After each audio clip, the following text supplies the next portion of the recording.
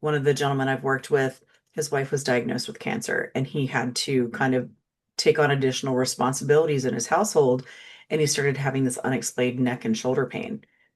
And the doctors couldn't find what it was, x-rays, MRI, nothing worked. Well, come to find out when we were talking, this started once he heard of his wife's cancer diagnosis.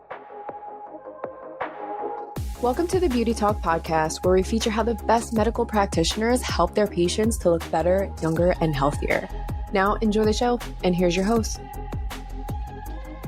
Daniel Gao here. I'm the host of Beauty Talk. We feature the top practitioners in health and beauty, both inside and out.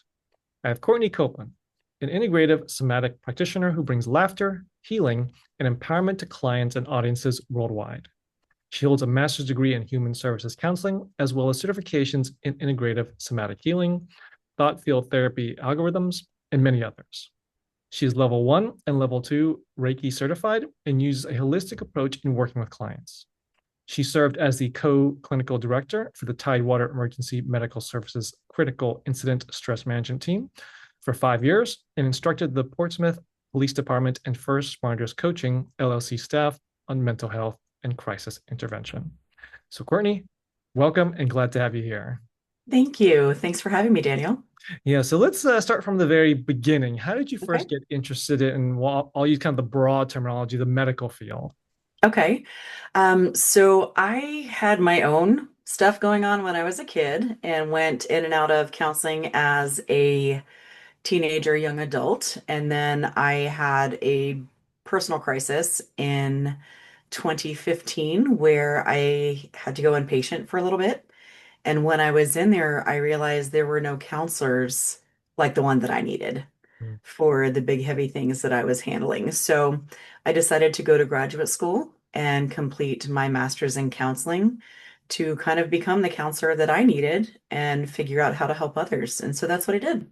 Okay, so that's what led you to where you are now and helping others in Yes. that sense. Okay, so now when it comes to somatic healing, Mhm. I have not heard of somatic healing. I'm sure a lot of other people have not heard of somatic healing. Okay. So would you please enlighten me and everyone else on what is somatic healing? Of course. So when things happen, your body responds. So, for example, if you have a child or you're familiar with a child and something is going on, well, the first thing they say is, my tummy hurts. Mm. Is it necessarily their tummy? No, but that's their body telling them something is not right. So, somatic healing is when your body is telling you something is not right. So, for example, if you've gone to the doctor and tried to figure out what is going on with your lower back pain, you have done all the things, you have done all the modalities, you've done the physical therapy, that pain is not going away. What I do is we get together, we kind of talk through what led to that experience where you have back pain. Now, if it's a physical injury, it's slightly different, but oftentimes those significant physical injuries manifest in addition to the psychosomatic part of it, where it just locks into your body. So we go through when was the first time your back started healing, and we work through psychologically releasing the pain from the body and releasing the significant trauma or memory that caused that type of pain, and that people find healing from where that pain is in the body. So somatic work works on where the body stores big, heavy things. Okay, so and you kind of alluded to this that sometimes it's mental, sometimes it's actually physical. But I'm sure Mhm. for the person who's experiencing this pain, they probably have no idea. They probably just think, oh, it's Right, a physical thing. So right. how would they, I guess, how would they know that, oh, maybe this is a mental thing and it's just being manifested as a physical thing versus it's just, oh, it's purely physical? Like, how can they tell the difference? Oftentimes, it's if there's not an explained event. So, for example, I have this pain in my hip. Oh my gosh, this pain in my left hip. I didn't fall, I didn't trip, I didn't run. Nothing is causing this pain in my hip. I don't know why it won't go away. I've taken NSAIDs. I've done all the things that I'm supposed to do. The doctor can't figure out what's wrong with me. We've done all the tests. No one can figure out what is wrong with me. Mm. So a lot of times people kind of give up and they suck it up and realize, I guess this is it. Whereas a trained professional who's trained in somatics or other body work can kind of oftentimes get to the root cause of that problem. So we kind of start again, where did this first happen? Oftentimes, depending on the type of trauma somebody has experienced, it's very common for women to carry trauma in their hips and lower back. It's very common for men to carry trauma in their shoulders, neck, and also lower back. So we kind of start digging a little bit, getting to the story of what happened. When did you first start noticing this? Is there an event that what I have them do is I have them focus on that pain, that area of their body, and just see what comes up. Mm. Is there Okay. any memory associated with that? And that's how we kind of get to the root cause when there's no other medical explanation. Okay. So, what would you say some of the most common causes that you see, like what started this? You kind of mentioned the areas of the body where Mhm. men and women feel these, but what tends to be some of the common cause of what leads to that pain? So it could be a variety of things, especially with hip pain in women. There's very often some type of sexual trauma, Mm. some type of physical trauma. Very often with men, they have emotional because like the neck and the shoulders, that's kind of the burden of carrying things, right? A lot of men take on they feel like they have to carry their family. They have to feel like they have to carry things. So, say, for example, one of the gentlemen I've worked with, his wife was diagnosed with cancer, and he had to kind of take on additional responsibilities in his household. And he started having this unexplained neck and shoulder pain.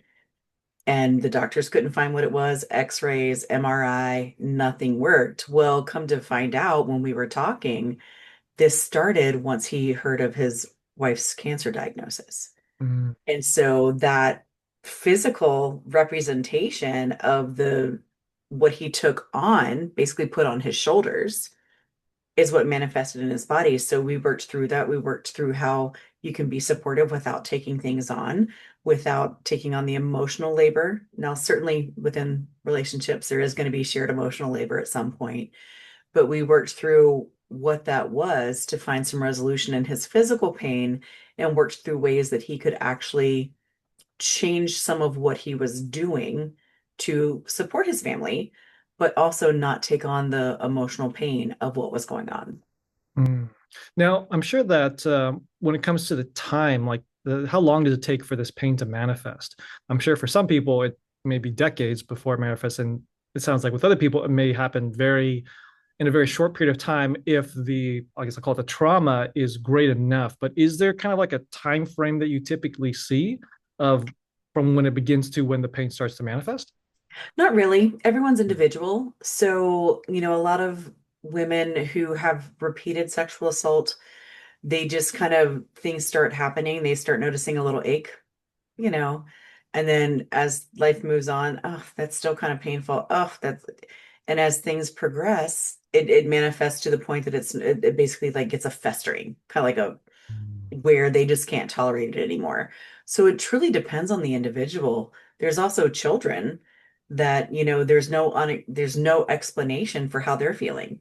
My tummy hurts. They have GI distress. That's super common as a physical manifestation of something being wrong is GI distress. And there's no explanation for it. So sometimes it can be super acute and sometimes it can take time to come on. It truly depends on the individual and how impactful their traumatic experience was to them. So, for example, you and I could drive by an auto accident and see a fatality in it, and you and I respond differently. So, you could manifest your symptoms within a few hours. I'm used to seeing that kind of stuff because of what I do. I could just be like, oh, I'm so sorry that happened and kind of move on. So, it really is an individual thing. I see. Okay. And so the manifestation seems like it's individual. How about when Mhm. it comes to the actual resolution of the trauma? Is Mhm. that something that is also going to be very individually Yes. based, or is that kind of like you have like kind of your tried and true method for everybody? Well, there's not really a tried and true method for everybody because everyone is different. What you bring to a session is yours and yours alone. So even if there's twins who have had the same life experience, raised in the same house with the same parents, they have different personalities and different sensitivities, and they may come to sessions with completely different issues. Mm. One may have felt the other parent favored them. So there's no really linear approach. It's not like with a surgery where if you have a knee replacement, right? We take the old knee out, we put the new knee in, we replace the tendons, we staple it up, we're good to go. It's very different with mental and emotional pain because it is truly unique to each individual person. And sometimes people aren't ready to process it. So they can verbalize, hey, I want to do this. But if they're not willing to sit in the emotions and put in the work and be uncomfortable because it's no fun to go through and sit through those feelings again, then that could delay their healing. Okay. So you mentioned that it's good to, I guess, be open to this and trying to resolve it. Mhm. What advice would you give to people who are going through this? I guess I'll call it the treatment. Mhm. What can they be aware of? What can they do to get the most out of it? So it's not taking longer. They're not going through undue stress or it dragging this out longer than it needs to be. The first thing is finding a practitioner they're comfortable with. Because if you aren't comfortable spilling your guts to somebody or going through big, heavy things, it's not going to be beneficial. You have to feel safe in this space.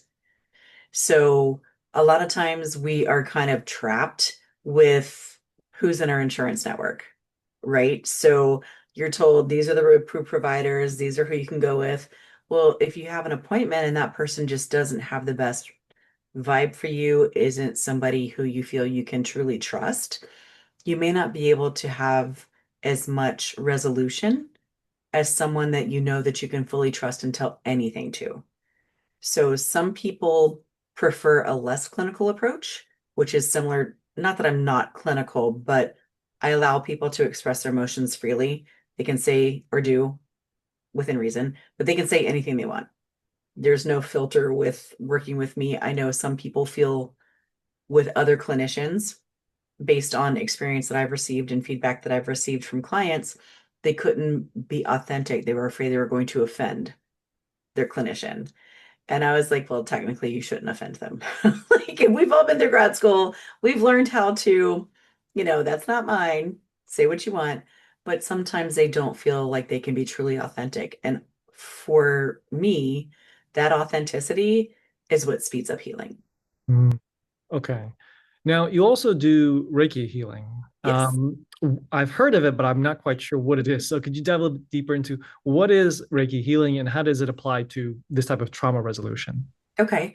So Reiki is essentially energy healing. So what we were trained to do is dial in, love and light and kind of manifest that a little bit and then work with our client for where they may need that. And if you do Reiki in person, there's different modalities where you can kind of feel and flow the energy with that. Um, some people use a pendulum, some people use, just kind of the vibration of their hands over different parts of the body to see what may need additional healing. And it can vary between if there's a physical ailment, if there's an emotional ailment, if it's combined.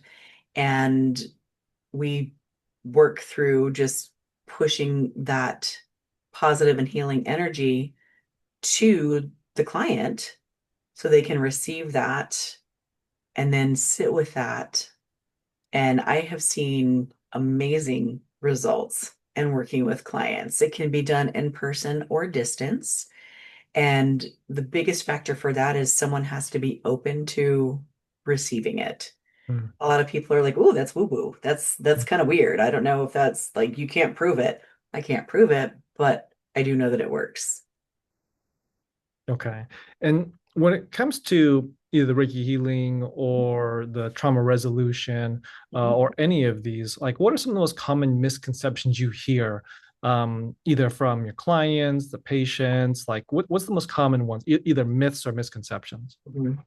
A lot of people are like, if it happens in the house, it stays in the house. There's a lot of cultural barriers, and that's not going to work for me.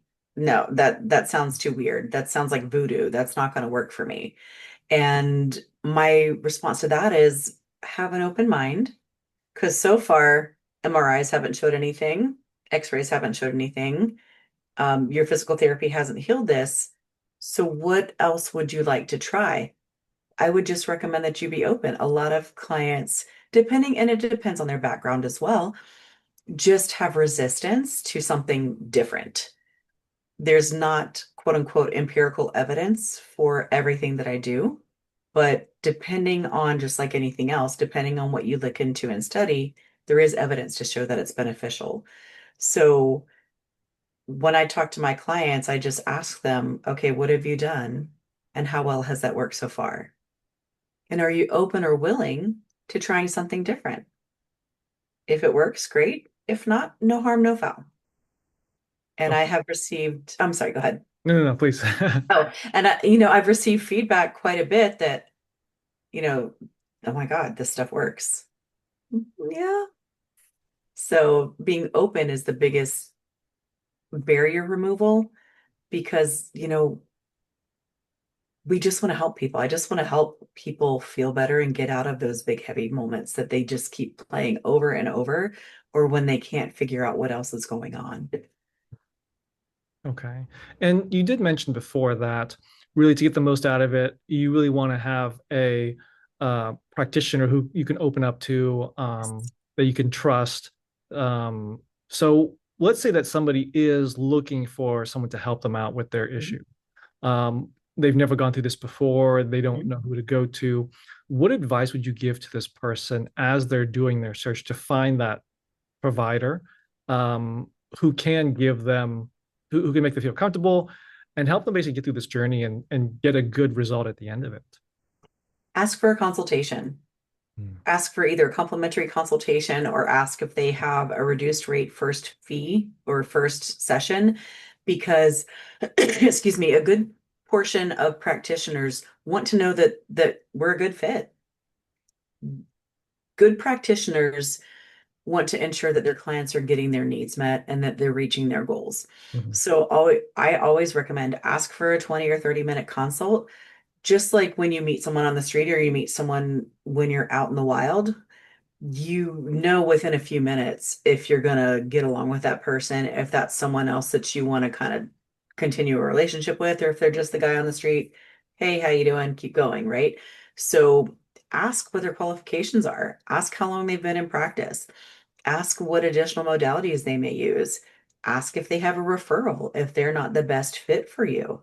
Some people, for example, some younger people may not want to work with a 50 or 60-year-old clinician. They want someone closer to their age. You don't know that from the name on the screen from the insurance panel. Now, most of us Google people, right? We look people up, but always ask for a consultation and go with your gut. If it feels good, if this person feels like you should be able to, or you could be able to open up to them, set up an appointment, see how the intake goes, and just always kind of trust your inner feeling, just like you do whenever you talk to anybody. Okay. And I'm sure that Courtney, throughout your experience, you've worked on a lot of different cases. I'm sure some were very challenging cases. Is there maybe one story that comes to mind that you're able to share of just one of those cases and how you were ultimately able to get them a great outcome in the end? So this is one that I share that it's a little weird. So I've worked a lot with police, fire, EMS. I've worked with human trafficking survivors, and this is one of the officers that I worked with. Very resistant. He did not need help. He's like, no, I'm fine. Okay. So his boss made him work with me. Mhm. It's one of those situations where he didn't have a choice. Yeah. So he was on a special operations division. They went out and did big, ugly things. They are the first ones called in when stuff hits the fan. And he went out to a scene that had a 3-year-old that was unalived. And he also had a 3-year-old. So he Mhm. kept putting his child's face on the child that was at the scene. And it really broke him up. So we did some work together. We did a little EMDR. We did some talk things, but he just could not let his job get away from him. And one of the crazy things that he says is crazy, I think it's normal, that I had him do is I had him do a physical representation of leading his day before he walked in his house. So I had him go buy a plant and I told him, you have to keep the plant alive. You have to water it and put it in the sun. Anything else, that's fine. And I told him before you go in your house, touch that plant, let it have your day. And then I want you, don't necessarily strip down naked and traumatize your family, but get out of your work clothes immediately and take a shower. Wash your day off, wash those thoughts down the drain, because he still had to go back out in the field and continue working. We couldn't just stop and process 100% of everything because he had to keep working. And I get a call about 2 weeks later, and he's like, I don't know what the hell is going on, but this plant died. I said, good, go get another one. And he's like, what? Go get another plant, water it, put it in the sun. So he comes to me about a week and a half, 2 weeks later. He's like, what is wrong with these plants? And I said, what's happening to your plants? They're getting brown, they're withering, and they're dying. I want you to notice that only happens because you touch them and tell them about your day and release that energy to that plant before you walk in that door. And he was like, I said, that is not what you're taking in your house now. You have left it outside. And he was like, your voodoo works. It's not voodoo. It's truly, there's something about letting go of the hard stuff, even if it's just for a little while, even if it's a physical representation. We had to create that routine for him to be able to continue with his job. So that's one that is super easy for anybody who's not ready to talk to somebody yet. And that's okay. Some people don't want to talk because doing that is hard. There's other ways to heal. So that's one of the stories that I kind of share is it doesn't have to be super traditional, but we did the hard work. I got him through that. He no longer sees his child's face superimposed on the memory of the child that passed, but now has a routine where he's able to leave that outside if something else happens, which it does every day at his job, that he's able to leave that outside in a better way. And he still calls me when he needs to debrief or de-escalate. But that's just an example. Wow, that's a incredible story. So, okay, now when it comes to the future, Courtney, like where do you think the future is going? Like these types of treatments, the industry in general, like where do you think it's going? I truly hope that it's going in a place that does not rely on AI for treatment because there's such a human aspect. When people come for counseling or somatics or anything else, a lot of times they want to feel seen, that their story, whatever happened to them, it mattered and it impacted them. They want to feel understood that this truly impacted their life. And AI can't do that. And there's a lot of young clinicians. I'm a mentor to some clinicians. I'm in several groups where we kind of support each other and do case referrals and things like that. There are a lot of people who are trying really hard to be supportive in a crazy world. And there are still several people coming through and graduating. It's just a harder world than we've had in a long time. So the future, I think, is going to be clinicians who are going to have to balance some work life just because sometimes we take on the trauma of our clients. We can't help it. We hear their stories. So Mhm. I would also recommend to them, and as we progress, to do something similar to what I recommended to the officer. I'm really hoping that we'll continue to have all of these graduates come out, do the clinical work, and be able to support others. It's definitely a field that is necessary because there's no shortage of pain in the world. Okay, very well said. Well, Courtney, I do have one last question for you. Before I Okay. ask it, I do want to point people to your website at thecourtneycopeland.com. Yes. Now, last question for you. What does beauty mean to you? Beauty is the essence of a person. So people may not physically represent aesthetic beauty, but their entire essence, whether they're high vibration, high light, helping others, reaching out and understanding that we are all different and accepting of that. Beauty is that essence, I believe. Right. Well, there you have it. Courtney sharing her expertise. So, Courtney, if people want to learn more or contact you, what's the best way for them to do that? They can set a time to chat with me on my website. It's right there. You can just click on it, or they can shoot me an email. I still use old school because my CRM ate my emails. So Courtney Copeland at gmail.com. And I'm happy to chat with anybody who would like to just kind of talk and see if consultation would be in order. Okay. Well, Courtney, this was great. Thank you for coming on, and thank you for sharing your knowledge and expertise. Thank you so much for having me, Daniel. Thanks for listening to the Beauty Talk podcast. Any questions, please contact the practice directly with the contact information provided during the show. We'll see you again next time. Bye for now.